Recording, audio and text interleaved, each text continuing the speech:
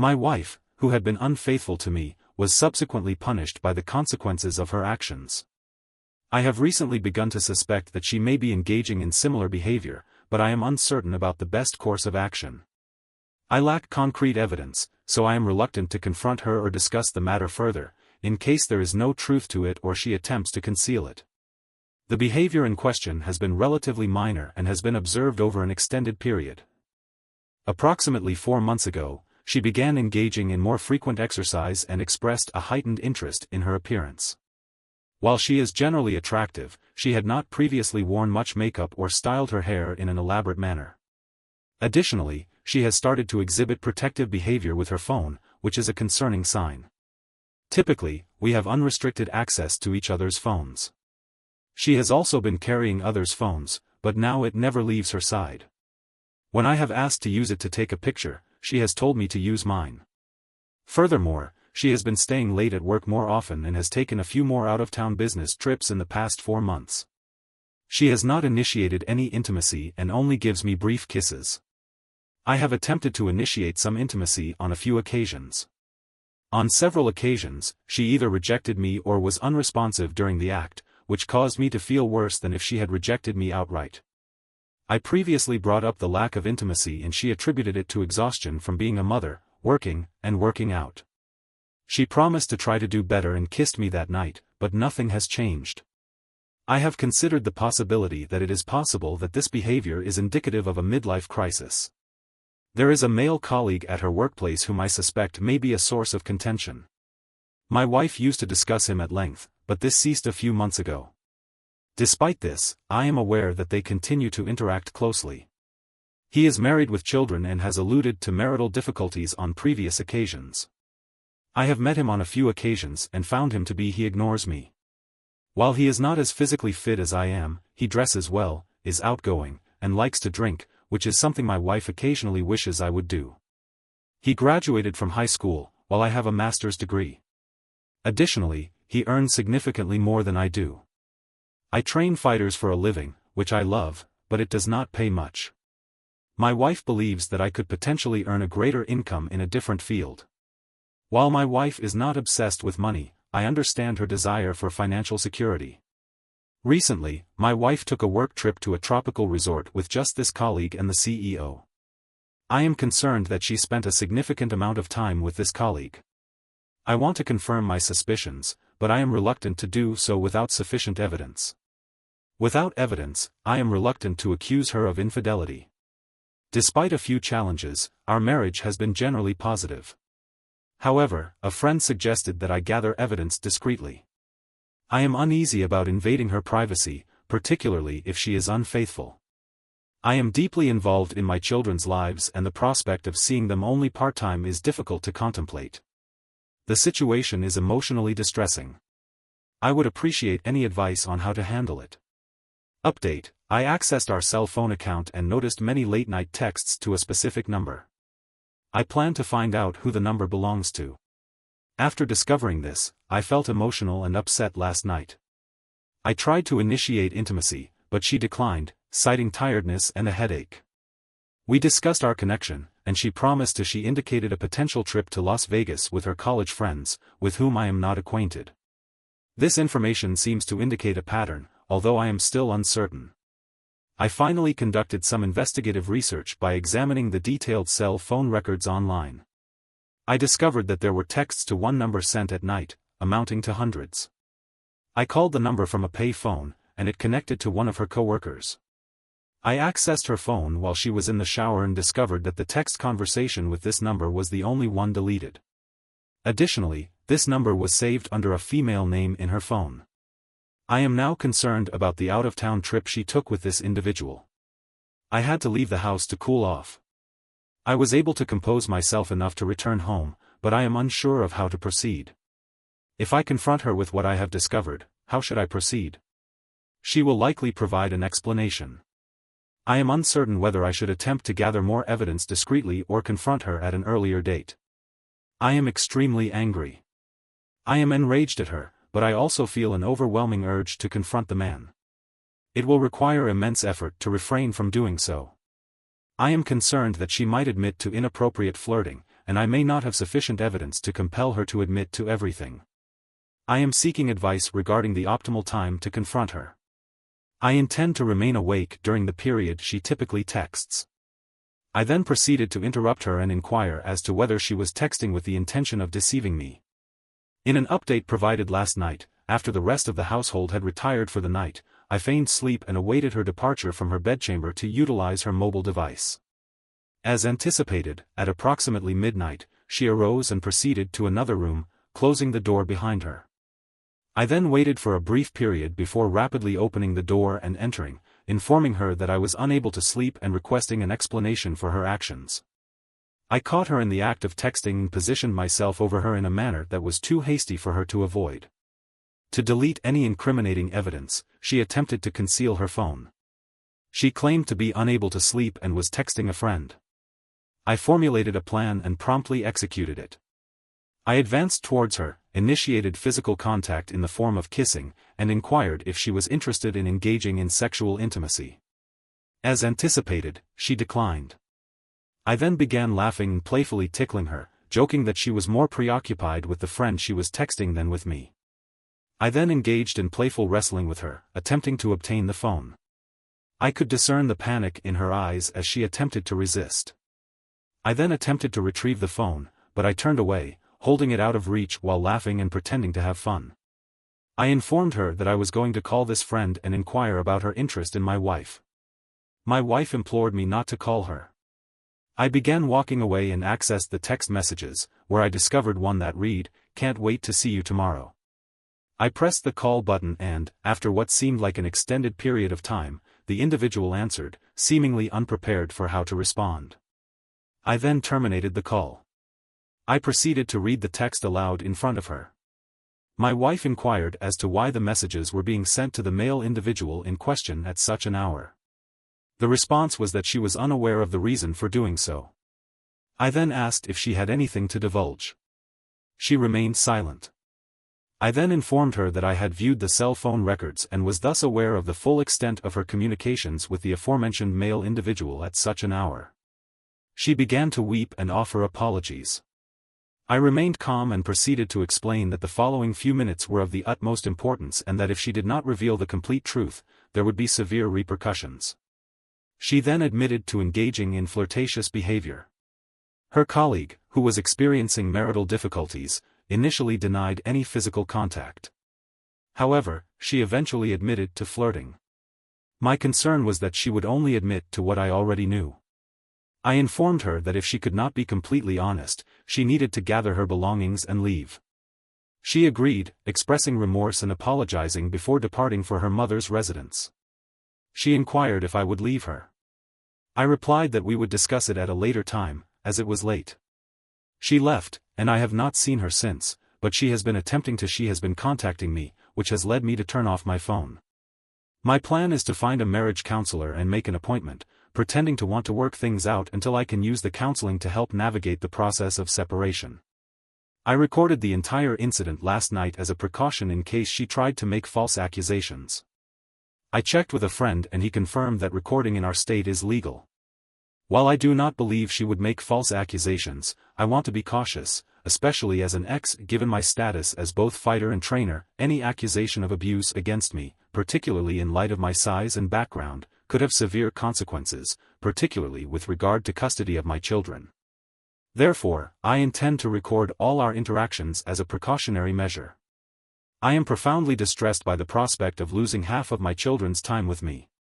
The situation is extremely distressing, although I had suspected something was amiss. I am still in a state of shock. The most challenging aspect of this situation is that it is only the beginning. I am inclined to confront the other man, but I must control myself. He referred to me as the animal in one of the texts, and I am aware that he is intimidated by me, despite not having a college degree or a high-paying job. I am currently employed in a remunerative position.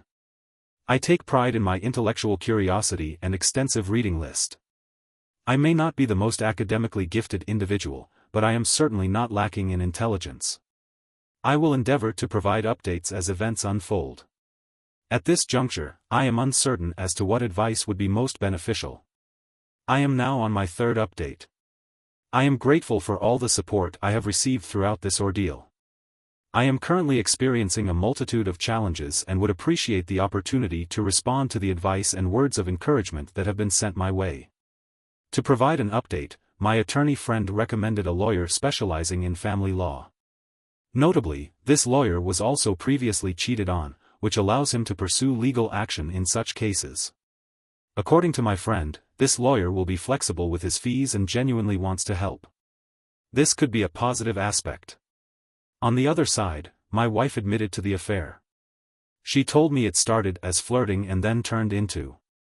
The affair was emotional but denied to be physical. However, she eventually admitted that it did become physical, coinciding with the cessation of intimacy. The details were more extensive than anticipated, and the affair was described as passionate. The impact on me was significant, and I am currently grappling with the emotional fallout.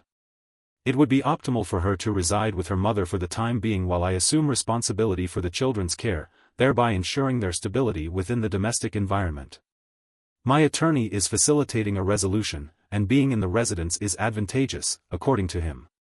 I have not yet informed my wife of the dissolution of our marriage. She will become aware of this when she is served with the relevant documentation, which will occur imminently. I am unable to prevent the intrusive thoughts of my wife and this individual. I practice Brazilian Jiu-Jitsu. Jitsu for professional and semi. I am attempting to provide as much attention as possible to professional fighters, given the physicality of my job. I am also focusing on my children outside of BJJ. My passion is learning about new topics. I typically read for a few hours each night to unwind, but lately I have been unable to do so.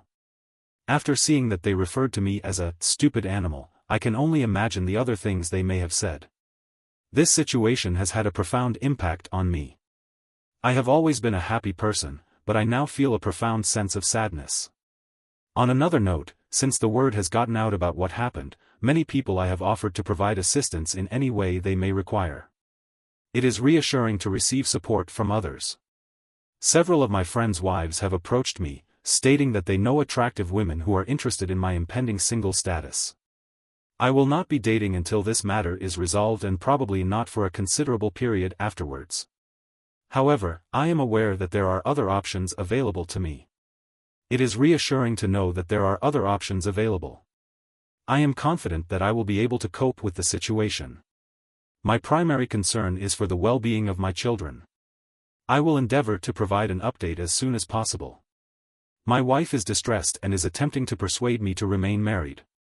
I am aware that I am unable to move on from what she did, and that remaining together would only delay the inevitable.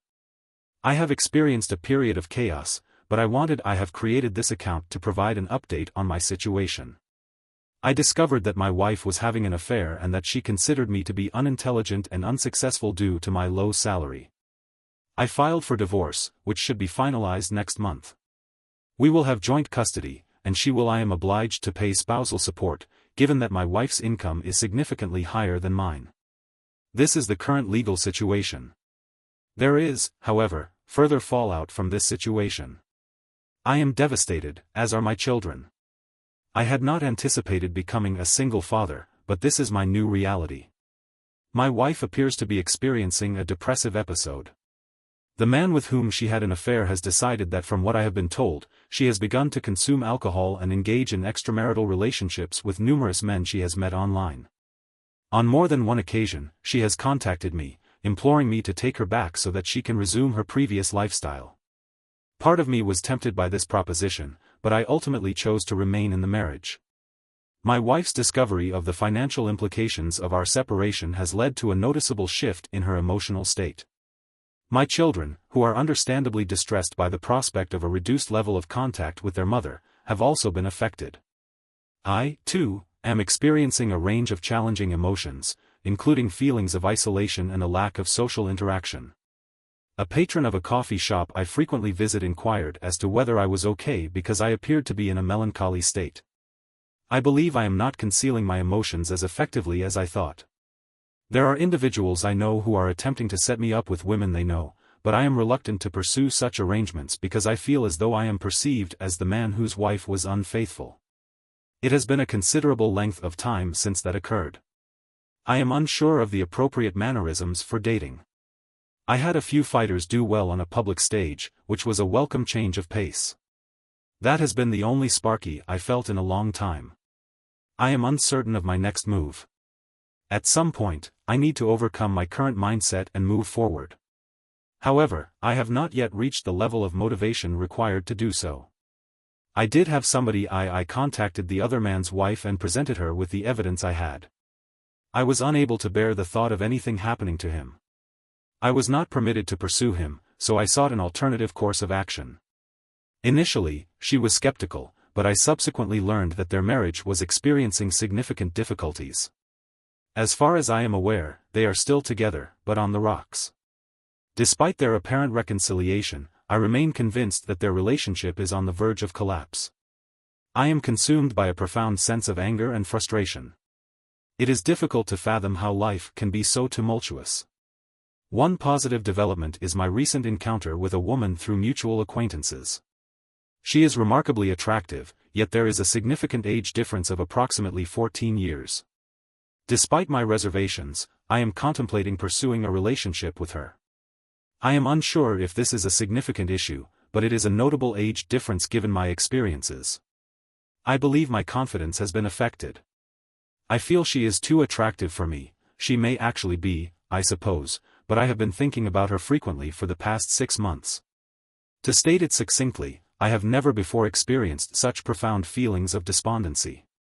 Despite my long-standing happiness, I now find myself overwhelmed by a pervasive sense of gloom. To provide a brief overview, I discovered that my wife had been unfaithful to me with a colleague. I subsequently initiated divorce proceedings after a 15-year marriage, citing the need for a fresh start. Such an assertion would be an understatement. While there are moments of sadness or loss, they are fleeting. Overall, I feel great. My children are thriving and spend a considerable amount of time with me following the dissolution of my marriage. My former spouse had to assume additional accounts at her place of employment to finance her new single living situation, as well as provide spousal support to me. I have earned a considerable amount more than I did during the period of the pandemic. My flexible schedule enabled me to maintain custody of my children and continue homeschooling them. However, the restrictions imposed by the pandemic have made it more challenging to maintain this arrangement. The lack of opportunities for my children has been a source of frustration. Consequently, I have effectively become a stay-at-home parent. At this time, I am unable to provide a definitive answer. I took some time to myself after the situation had come to a conclusion. The younger woman I had been interested in took a lengthy assignment with her company in Europe. We remained in contact through technology after her assignment had ended. She returned and we have been together ever since. She is extremely compassionate and considerate. Before we were introduced, I was informed that there was an amazing woman who resembled Wonder Woman and that she was the kindest person you could ever meet. I considered this information to be implausible. However, she is genuinely the person she purports to be. It seems likely that our relationship will progress to the next stage in the near future. My former partner has experienced difficulties. She began consuming alcohol and engaging in sexual relationships with men she met online. Additionally, her work as a social media manager has become increasingly demanding. In recent years, she appears to have aged significantly. She was previously attractive, but on the last occasion I saw her, she looked exhausted. Her best friend informed me that she is my ex-partner's friend informed me that she was surprised by my decision to end the marriage, given my apparent happiness and stability. I believe that her high income may have led her to believe that she had control over me, which contributed to the affair and subsequent difficulties in our relationship. I hope that she finds peace, at least for my child's sake. Other than the challenges posed by the pandemic, things are going well. I am grateful that I ended my first marriage so promptly. Rather than prolonging the inevitable, I recognized that I was making a challenging decision, but that it was the optimal course of action. I then proceeded with a methodical and consistent approach, advancing incrementally with the understanding that eventually, I would overcome the obstacles. Individuals confronting similar circumstances must consider the long-term implications. Initially, one may experience a range of intense emotions, including devastation, sadness, and hopelessness. However, with resilience and determination, it is possible to persevere. The key to navigating these challenges is to focus on daily actions that enhance one's abilities or expand one's skill set. This approach not only builds tangible skills but also fosters a sense of self-efficacy and purpose. I assisted with various tasks, acquiring practical abilities. I made short films with the men I trained, learning about videography and editing, which has been an enjoyable pastime. I read extensively to gain knowledge about diverse subjects. I attempted to engage in some form of activity on a daily basis. Small actions accumulate over time. It is essential to ensure that you are investing the necessary effort and allowing yourself the necessary patience. The following anecdote raises the question of whether it was inappropriate for me to decline to invite my siblings to my wedding. My sister, aged 34, and her husband, aged 36, were married 3 months ago. I, aged 30, was appointed as the maid of honor. I was eager to assist her in planning the wedding, and I assumed responsibility for the majority of the tasks, given that I was unemployed at the time and she is a physician. I will not provide a detailed account, but it is noteworthy that she did not have a wedding. As the primary planner, I experienced significant distress due to the bride's demeaning and abusive behavior. I felt like her personal slave, treated with disdain and disrespect. Being a bride does not entitle one to act with impunity. I often considered withdrawing from the wedding party, but I ultimately chose to persevere. I chose to remain silent and maintain harmony within the family because I recognized that the bride was likely experiencing stress due to her significant efforts in planning the wedding. Despite our 12-year relationship, the bride refused to extend an invitation to my fiancé. Instead, she extended invitations to my siblings' partners, who had only been in their relationships for 2 to 3 years. My sister and her partner had been dating for a year before they got engaged, so we had limited familiarity with him. The bride stated, she declined to include my fiancé in the event because it would lead to inquiries about my own wedding, as many in attendance had long desired for us to wed. I declined to contribute further to her wedding preparations until she apologized to me and extended an invitation to my fiancé, which she ultimately did not do. I was hurt by her lack of gratitude for my efforts. Despite my assistance in organizing her dream wedding, I was ultimately excluded from the day's proceedings. The ceremony itself was beautiful, and the newlyweds appeared content. I was pleased for my sister. However, upon arrival at the reception venue, I observed that my fiancé and I had been seated at a separate table for my family, while they were at the VIP table. I was relegated to a distant table, situated near the kitchen. The furthest table was situated in close proximity to the kitchen. I surmised that there must have been a misunderstanding and inquired with the bride, who was responsible for coordinating the seating arrangements. She met my gaze directly and asserted that there had been no error. We were, in fact, to be seated at the children's table, situated at a considerable distance from the main dining area. Our table was populated with individuals ranging in age from 7 to 14. The groom overheard our conversation and expressed his concurrence, though he chose to remain silent. When my sister gave him this look, which conveyed a clear and unmistakable message, he was compelled to concede. At the conclusion of the evening, the groom apologized to my parents for what had transpired. He stated that he was unaware that his bride had engaged in such behavior. However, he did not address me directly, as my sister had instructed him not to do so. I chose to refrain from making a scene and instead focus on enjoying the remainder of the night with my partner. Nevertheless, I made it clear that I would not participate in any subsequent festivities. My parents noticed my absence and expressed their disappointment. My siblings were aware that I was not at their table, yet they did not inquire about my whereabouts or express concern when they learned that I would not be giving a speech. My 2 brothers approached my table to reprimand me, stating that I needed to empathize with my sister and recognize the stress she was under as the bride. They advised me to be cordial and respectful because it was her special day. However, I sensed that they were merely trying to deflect blame and avoid confrontation. I was disheartened to realize that I had not delivered a speech for my sister, which had likely caused her disappointment. I was also concerned that my actions might have made the night about me, rather than focusing on her. I had been quiet in our corner of the room, and I was not enjoying myself. Consequently, we decided to leave the event. We ended up at McDonald's for dinner. I posted a story about us getting burgers, writing, post-wedding meal. I made sure to post it after the reception ended to avoid any implication that I had left early. I was effectively disinvited, although my siblings interpreted this as an attack on my sister. To date, the bride maintains that she did nothing wrong in her reasoning. She asserts that I did not plan her wedding in accordance with her expectations, and therefore I deserve to be seated when I was doing everything she had instructed. She also claims that I was punished for insisting on bringing my fiancé, although I did not. I have not yet formulated a plan for my own wedding, as I wish to be wholly focused on hers. Furthermore, she prohibited me from getting married before her, given her senior status. I had no desire for the associated drama. I initially acquiesced, but I now find myself reluctant to invite anyone other than my parents and a few intimate friends. My parents concur with my decision, yet my siblings are displeased, characterizing me as childish. In truth, I am disinclined to bear the financial burden of accommodating these individuals. My wedding will take place at a destination location. My fiancé and I are bearing the financial burden of the event. These funds are drawn from our savings, and I am reluctant to expend them on these individuals.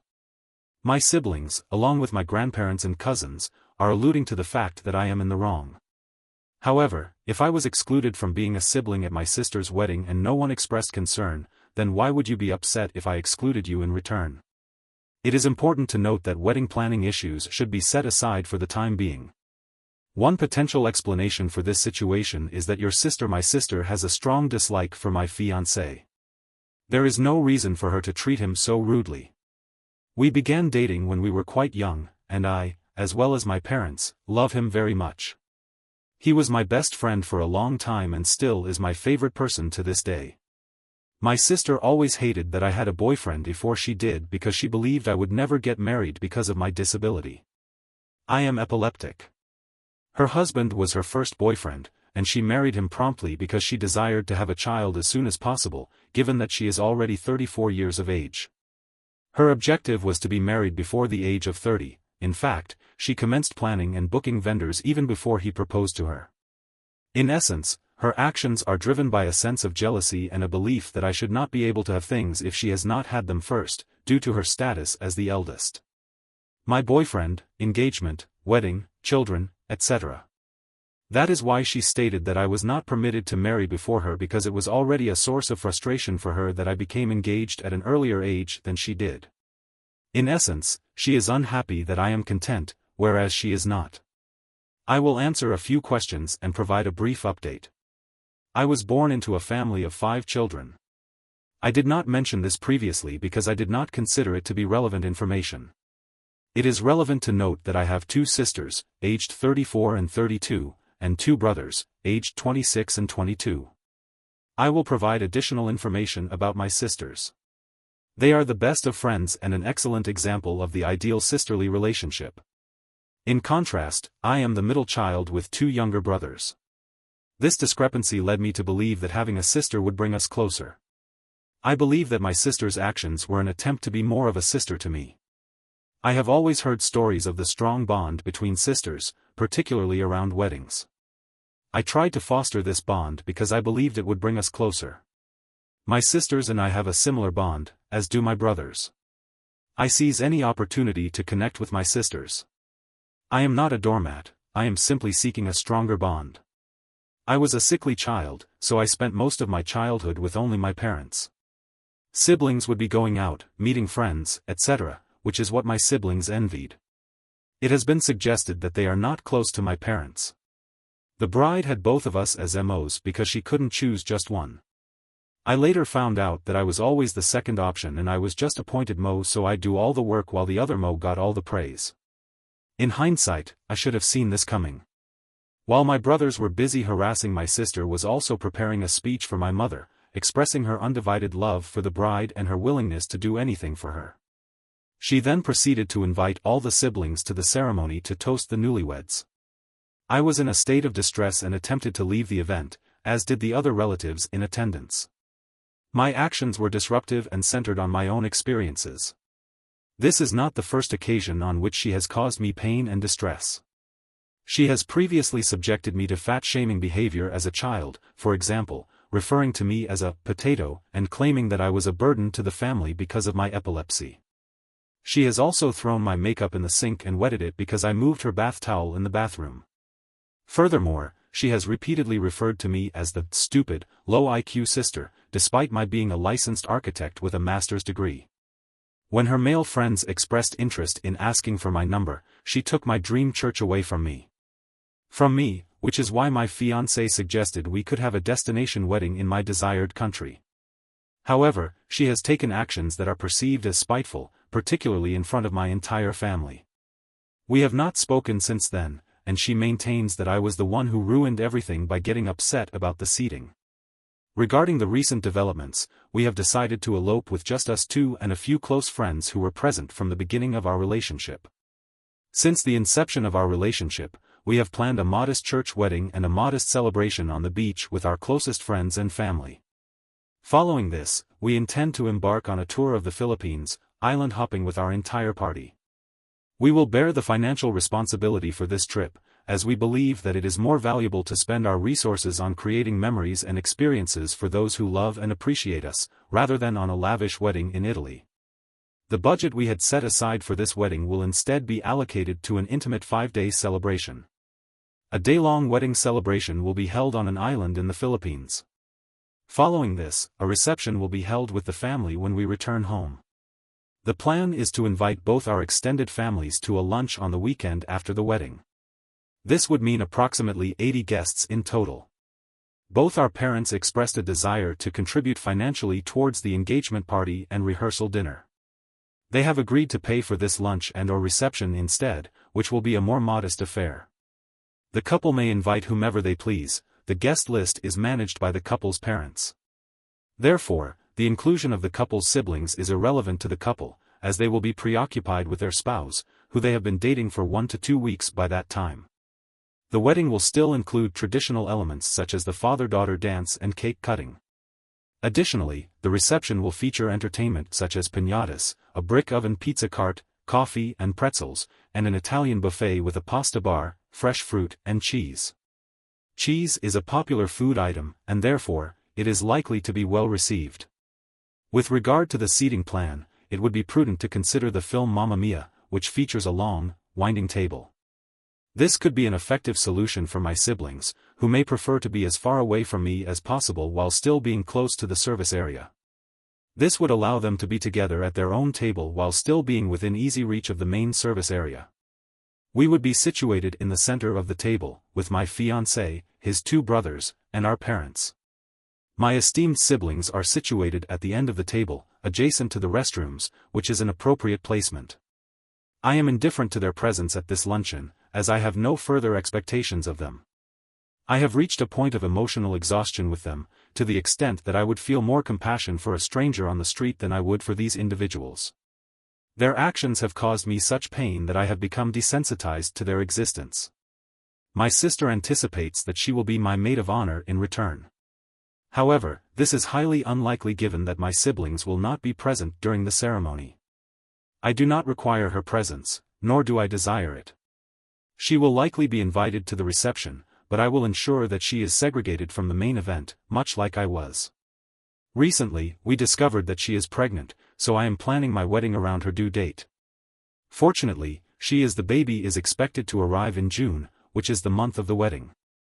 If the mother and father attend the wedding with the infant, they will be seated at the kiddie table and asked to leave when the baby begins to cry. The wedding day is for the couple alone. Eloping is the only way to ensure they can enjoy their special day together, away from the distractions of their extended family. Following the wedding, they will return home and have a celebration with their immediate family. A lunch with good food and good fun is, in my estimation, the epitome of a good time. Fortunately, my fiancé's family is not as eccentric as mine, so there you have it. I am grateful for all of your messages, comments, and insights. I was, at the time, experiencing a degree of emotional distress, and I now recognize that my reactions were disproportionate. I am thankful for the clarity you have provided. I raise my glass to the end of this emotionally draining year. 96, however, it is likely that you will extend an invitation to them to attend the event. This is akin to stating that, regardless of the circumstances, they are expected to attend your wedding. I appreciate your concern, but I believe that there is no way to avoid potential conflict with these siblings. Those who appear unfavorably affected simply laugh. I would have been married by then and concluded my celebrations with my closest friends weeks prior. Consequently, by that time, I would have been enjoying a simple meal of pizza and wine with my husband, who had won the day, and perhaps a glass of wine with a friend. The other party stated that they are envious of the attention that I received when I was a sickly child. Sometimes, parents can become so preoccupied with a sick child that they neglect the other children in the family. If this is indeed the case, then the siblings would have just cause for anger. However, they are directing their ire at the wrong person. The OP did not ask for any of this. These individuals are adults and should take responsibility for their actions. They are old enough to recognize that none of this is the OP's fault. The OP's parents were actually very supportive and did all they could to be as fair to all of their children. Therefore, I cannot place the blame on them. The responsibility for this situation lies with them. They are admirable parents who treated me no differently. However, due to my frequent absences from school, I spent a significant amount of time with my mother. She is, in fact, my closest friend. While my upbringing was generally positive, the jealousy became more apparent during our 20s. It is understandable that parents may prioritize one child if the others treat them poorly.